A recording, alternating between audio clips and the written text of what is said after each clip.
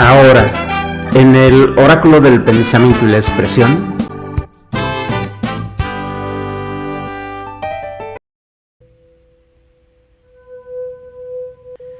entre frankfurtianos y rupestres, una mirada a la cultura. De la biografía ni de los frankfurtianos ni de los rupestres se va a hablar aquí. Más bien, este infográfico trata de la mirada de la teoría crítica y la mirada rupestre acerca de la cultura, tangencialmente respecto al Festival Cervantino. En todo caso, lo que sigue es solo un atisbo sobre algunas coincidencias invisibles entre frankfurtianos y rupestres, o simplemente una insistencia más de este canal, de este carnal. De fondo oímos la pieza Ámbar de Glenn McCarthy en colaboración con Julio Revueltas en 1997.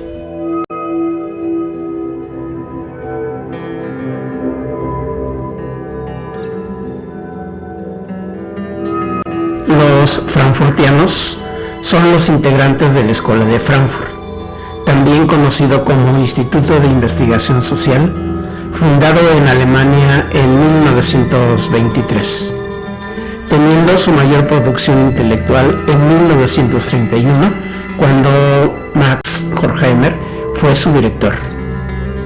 Theodor Adorno, Herbert Marcuse, Erich Fromm, Leo Lowenthal, Walter Benjamin fueron otros miembros del instituto en su etapa de madurez.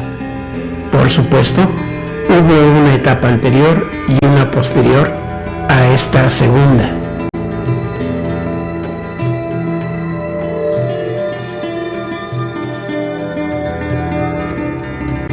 Los rupestres son esos rock and rolleros que en los años 80 formaron el colectivo rupestre en la Ciudad de México. Fausto Arellín, Rafael Catana, Roberto González, Roberto Ponce, Glenn McCarthy, Rodrigo González y Nina Galindo. Fueron los primeros integrantes y los que aparecen en la famosa foto que daba testimonio de que algo fundamental tenía comienzo en la cultura musical mexicana. También puede indicarse que hay rupestres antes y después de los que aparecen en la foto, dos de los cuales ya no están. Los González, o sea, Roberto y el Rodrigo.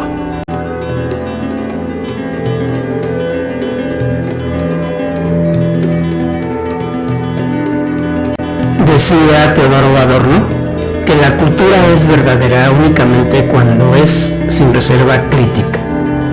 A lo que se le puede sumar que la cultura es verdadera cuando incorpora los aspectos, por ejemplo, arcaicos y rupestres, que son también una forma de pensamiento y de expresión, estéticos, olvidados, marginados y excluidos de la tradición cultural. Suponemos que debido a sus rasgos de negatividad, esto es, de crítica y de subversión.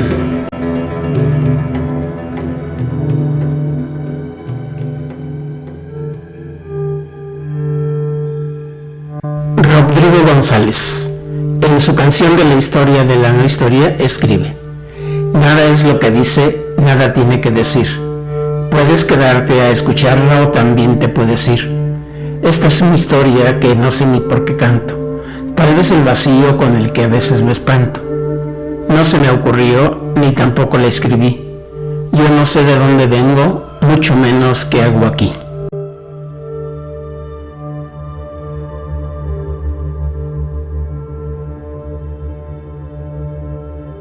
Digamos que Rodrigo, en su extravío y errancia, tiene conciencia de lo que expresa, y por ello es que comienza con una crítica de su propia postura, como debería de iniciar todo relato, todo discurso. Y bueno, ya que andamos por estos rumbos y fechas, impregnados de olores culturales cervantinos y también de bebidas cervantinas, ahí les va un paseo entre frankfurtianos y rupestres.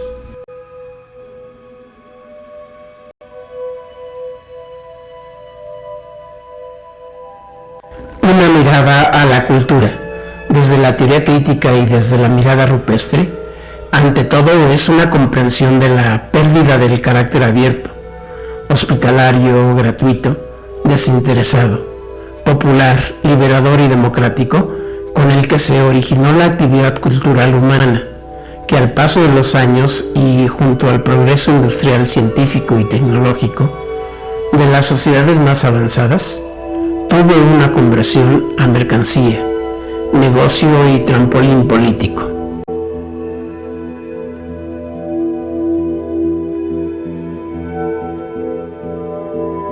Mirar a la cultura desde la teoría crítica y desde el horizonte de comprensión rupestre es concebir que la cultura se extravió y dejó de atender la necesidad de convivencia y de comunicación de la comunidad.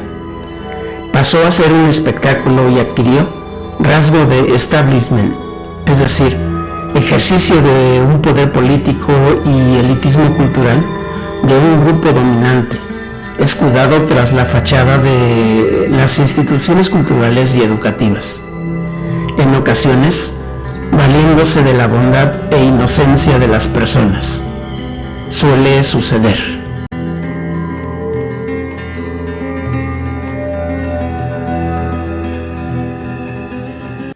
Afortunadamente, dentro de los autores y músicos rupestres, que son tan diversos, dispersos, asimétricos, asistemáticos, anárquicos e interdisciplinarios, algunos de ellos siguen apostando, aunque ya no desde lo marginal ni periférico, sino desde el mismo epicentro de los medios de comunicación, a que el arte, en este caso la poesía y la música, deben continuar luchando por la igualdad y libertad como derechos universales de la humanidad.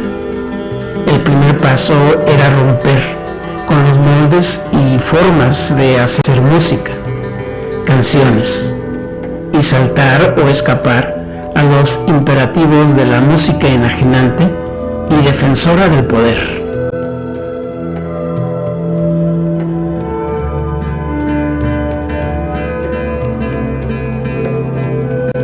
Los rupestres recuerdan que la cultura, por ejemplo, la fiesta del espíritu, como se le califica al Festival Internacional Cervantino, tiene su esencia en los aspectos negativos del arte, literatura, teatro, cine, danza, etc.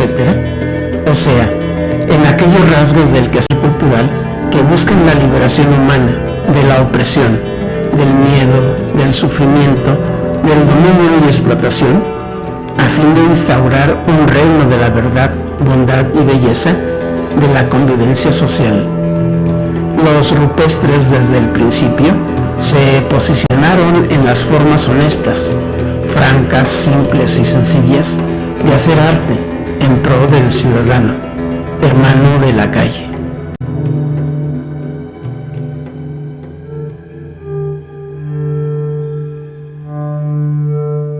Los rupestres, quizás sin saberlo, hicieron algo parecido, valga la analogía, a los integrantes de la Escuela de Frankfurt, que crearon lo que denominaron como teoría crítica, un estilo de pensamiento, una especie de síntesis entre el marxismo, el freudismo, el judaísmo y, sobre todo, con su postura antifascista, antipositivista, antianalítica, etc.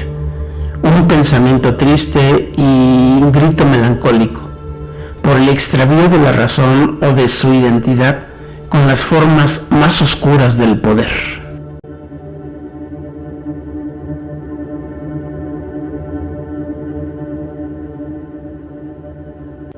Los integrantes del Instituto de Investigación Social supieron enriquecer a la filosofía con la literatura, la historia y las artes, bajo la idea de que la razón tenía que hacerse violencia a sí misma para salir de la crisis en la que había devenido y en general la vida.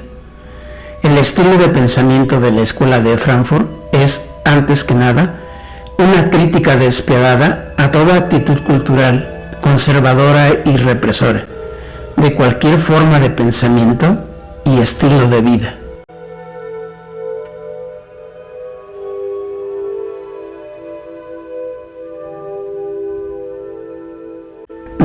semejante, los rupestres, unos más, otros menos, hay quienes no olvidan que se puede fusionar los sonidos con las alegrías y sufrimientos de una sociedad urbana, la tradición folclórica de los pueblos originarios con las fuerzas de la naturaleza, aún con el viento solar, los gritos telúricos del asfalto provenientes de las profundidades de la tierra, con los olores de la huasteca y los colores de la tierra caliente. De pie, la mirada rupestre, al igual que la ciudad, en cada septiembre se levantan.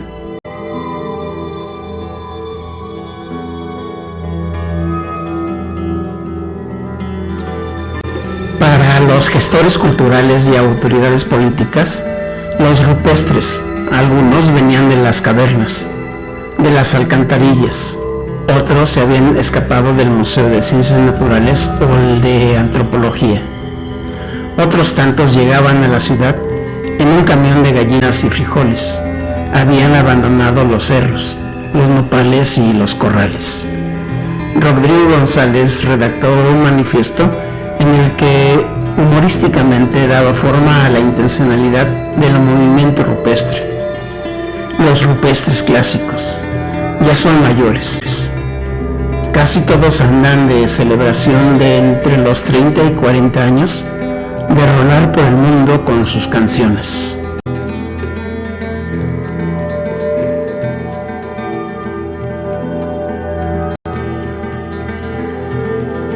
Los de la escuela de Frankfurt y los rupestres coinciden en lo general que la función de la cultura, y en específico la filosofía, en un caso y la música en otro, es desterrar el sufrimiento y violencia de la vida social humana.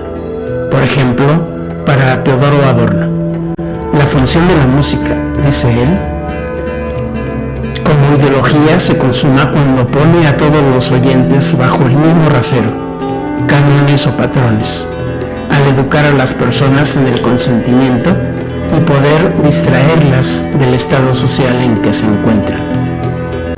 Significa esto que los medios de comunicación, al pertenecer al Estado, solo dejan oír y ver lo que convenga al poder.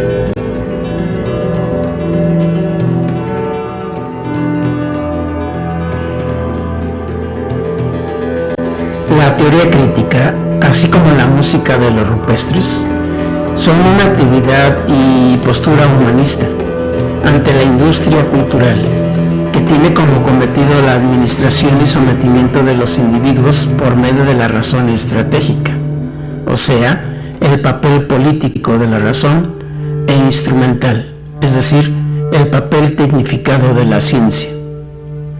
Para los frankfurtianos, la cultura, que es el reino del gusto, también es un medio reflexivo y práctico, por el cual la humanidad puede trascenderse históricamente. Trascenderse aquí significa instauración de una sociedad libre, justa y fraternal. De verdad, algo simple y común, pero para lo cual falta voluntad.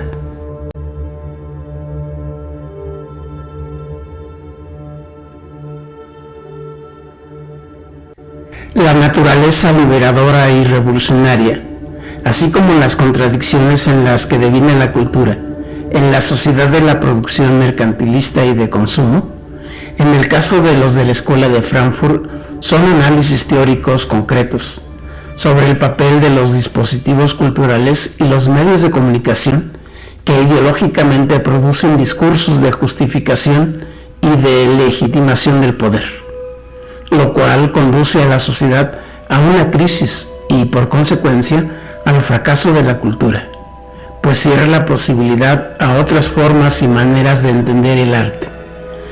La cultura se identifica con el poder del Estado.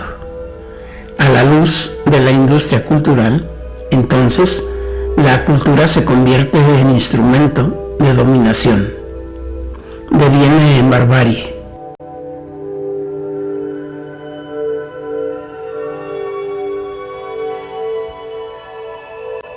En el caso de los rupestres, casi todos experimentaron la exclusión de los espacios de manifestación y de expresión de sus propuestas, pues las grandes salas, los teatros de renombre, los auditorios nacionales y sobre todo los medios de comunicación, como la radio y la televisión, pertenecían todavía a la oligarquía del país.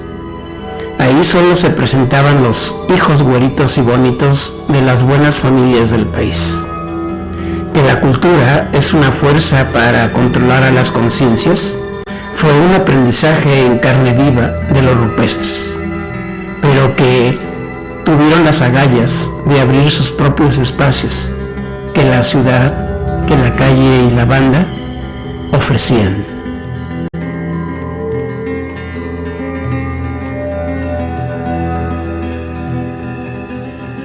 Los pensadores de la Escuela de Frankfurt, que por supuesto provienen de estratos sociales altos y por lo que se sabe, los rupestres pertenecen a clases sociales bajas y medias, concuerdan y convergen al final de cuentas en algo común y esencial, a saber, la necesidad de establecer un núcleo de pensamiento al cual hacer orbitar, en el caso de los de la Escuela de Frankfurt, las especulaciones, formulaciones y propuestas teoréticas y aún prácticas de la filosofía.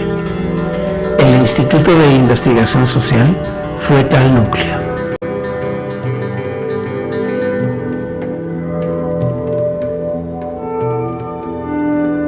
Para el caso de los rupestres, el colectivo rupestre fue la célula para generar e intercambiar fragmentos de música y de poesía, cuya semejanza era la comprensión de la vida urbana en todos sus matices. Todo acuerdo requiere de desacuerdo.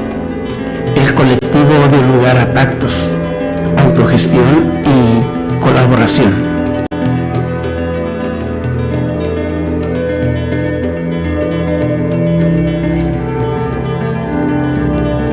Siempre será un misterio la causa por la que en determinado momento cierto grupo de personas deciden vincularse bajo proyectos, objetivos y tareas comunes para hacer de esta su producción cultural y donarlas a la sociedad y trascender con ello la individualidad. Puede ser el azar o el destino o las condiciones materiales de vida.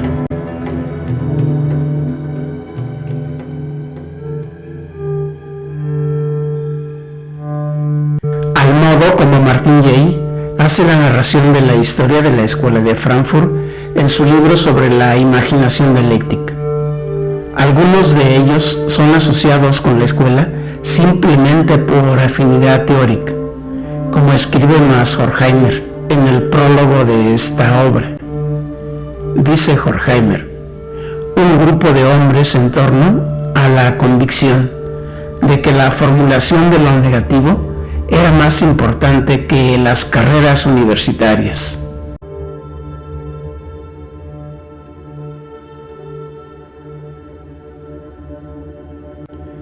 A los frankfurtianos, lo que los une fue la aproximación crítica a la sociedad existente. Martin Jay, en su libro, establece 3 etapas en el desarrollo de la teoría crítica. Primera etapa: los fundadores del instituto, Hermann Weyl, Felix Weyl, Friedrich Pollock, Kurt Albert Gerlach. Segunda etapa: Teodoro Adorno, Herbert Marcuse, Erich Fromm, Leo Lowenthal. Periodo que va del año 23 al 33, cuando Alemania experimenta el auge del nacionalsocialismo, que es la etapa más productiva de la Escuela de Frankfurt, dirigida en ese entonces por Max Horkheimer. Un colaborador permanente fue Walter Benjamin. Tercera etapa: Jürgen Habermas, Axel Honneth, más recientemente Peter Sloterdijk.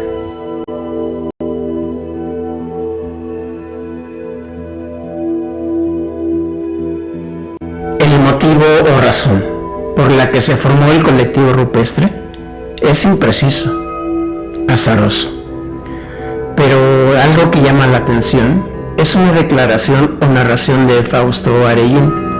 Al respecto dice él: no fue un acto premeditado, no existió cálculo ni intelectuales que diseñaran previamente su devenir.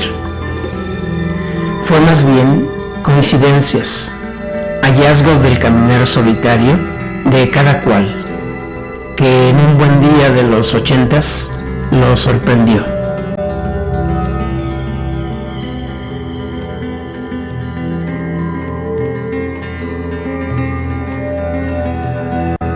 Los rupestres, al igual que el orden en que Martin Gay acomoda a los pensadores de la Escuela de Frankfurt, también pueden ser reunidos en 3 momentos. Los primeros, Fabio Moravito, Guillermo Briceño, Jaime Moreno Villarreal, León Chávez Teixeiro y Alain Derbez. Los segundos, o los de la foto, Roberto González, Nina Galindo, Evelyn Macari, Rafael Catana, Fausto Areín, Roberto Ponce y Rodrigo González. Los terceros, Armando Rosas, Arturo Mesa, Gerardo Enciso, Carlos Arellano, Luis Álvarez El Laragán, Armando Palomas, etc. Y claro, siempre están los que dicen no ser rupestres y en su poesía, canción y actitud frente a la cultura y a la vida dan muestra de un auténtico espíritu rupestre. Leticia Servín, el Tim Sánchez, el Cruz Croy 5, Iván García, Gerardo Quesada, entre otros tantos que por ahí andan.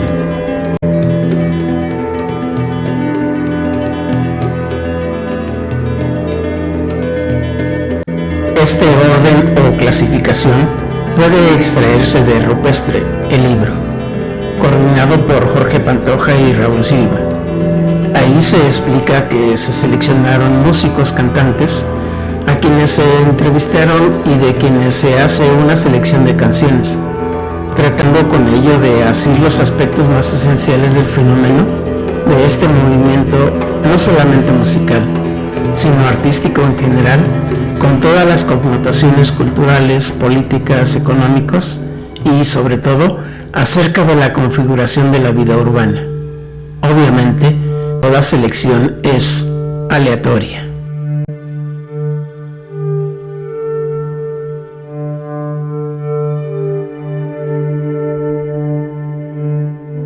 Estos 3 grupos de poetas y músicos rupestres, y cada uno de sus integrantes, es material para bastantes reflexiones, ensayos y trabajos críticos, pues lo que hay entre ellos como nexo es la heterogeneidad, la dispersión, además de la experiencia cotidiana de ir con el día y habitar las calles de la Ciudad de México.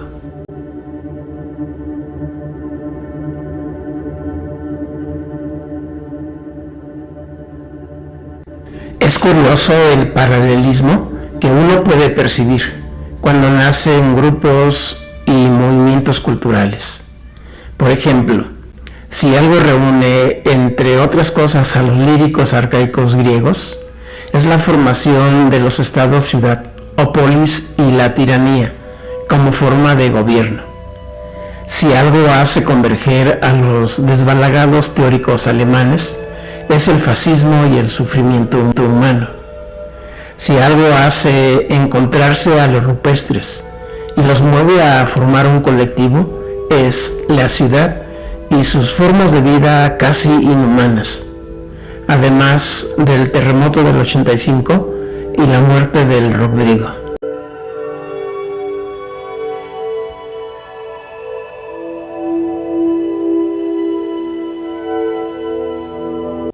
¿Quiénes pertenecen a la Escuela de Frankfurt y quiénes son rupestres? En cierto modo pasa a ser hasta subjetivo. Por ejemplo, Walter Benjamin y Jaime López.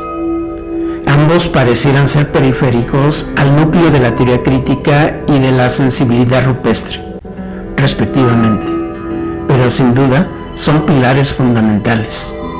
Benjamin, por afinidad de pensamiento y por colaboración, siempre estuvo vinculado al Instituto de Investigación Social de Frankfurt. sin haber puesto jamás un pie allí. Incluso, alguna vez más Horkheimer, su director, lo calificó de no ser un buen materialista.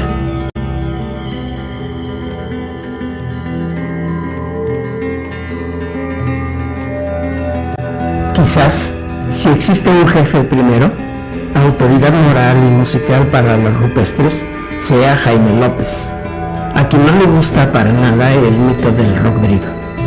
A cada rato reniega de lo que su paisano, tan pequeño también, ha llegado a ser en la cultura popular de la banda o conciencia simbólica de lo rupestre.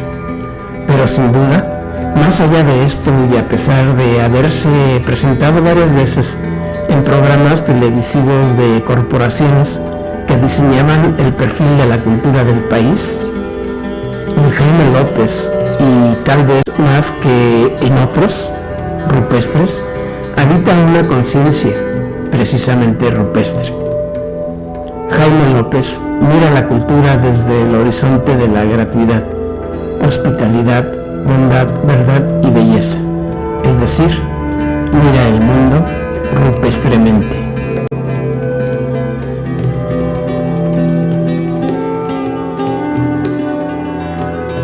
Jaime López tenía conciencia, todavía, al igual que Walter Benjamin, de que la onda consistía en evitar el fascismo, sin perder la sensibilidad estética y el poder liberador de la cultura.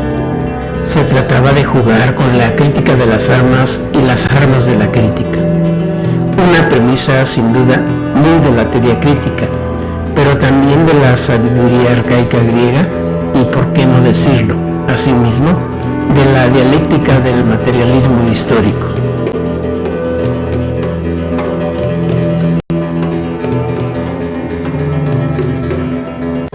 Así entonces, los frankfurtianos como los rupestres saben que después de todo, cuando la vida en la ciudad y en cualquier otro lugar, en posesión de aquel o de quienes no ofrecen la oportunidad real de acceso al trabajo, a la salud, a la educación y a la libertad de expresión, debido a que del ser y del existir de los hombres se han apropiado, entonces uno no puede callar. De lo contrario, uno pasa a convertirse en cómplice del poder para perpetuar la exclusión. La mirada de la teoría crítica y la mirada rupestre juegan a lo mismo, a decodificar y revelar el horror y terror que el poder ejerce en la cultura, en los festivales.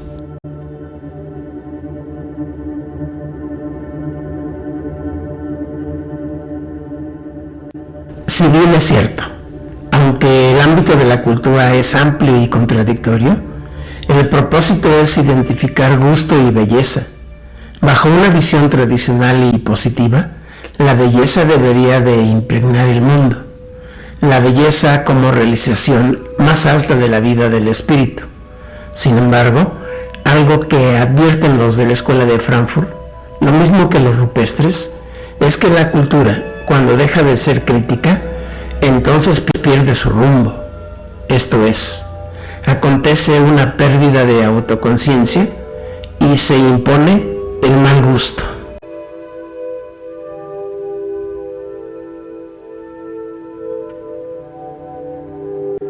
Algo semejante le sucedió al Festival Cervantino. Perdió el juicio crítico, se alejó de la calle, de lo popular y del pueblo. Triunfó el mal gusto del prestigio. Y eso significa, ante todo, descalificación y exclusión de lo diferente, que puede ser lo arcaico y lo rupestre. ¿Quién sabe debido a qué extraña razón el festival se desvió de la intencionalidad con el que el maestro Enrique Ruelas lo comenzó a representar en las plazuelas de la ciudad?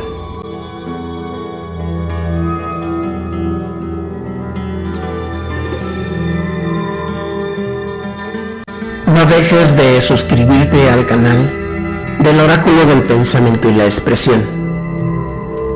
Tal vez convenga tener siempre presente que la cultura tiene sentido cuando incorpora las formas de pensamiento y de expresión de todos los sectores de la sociedad. Por esto, hay que vivir el Festival Internacional Cervantino bajo la mirada de los frankfurtianos y de los rupestres.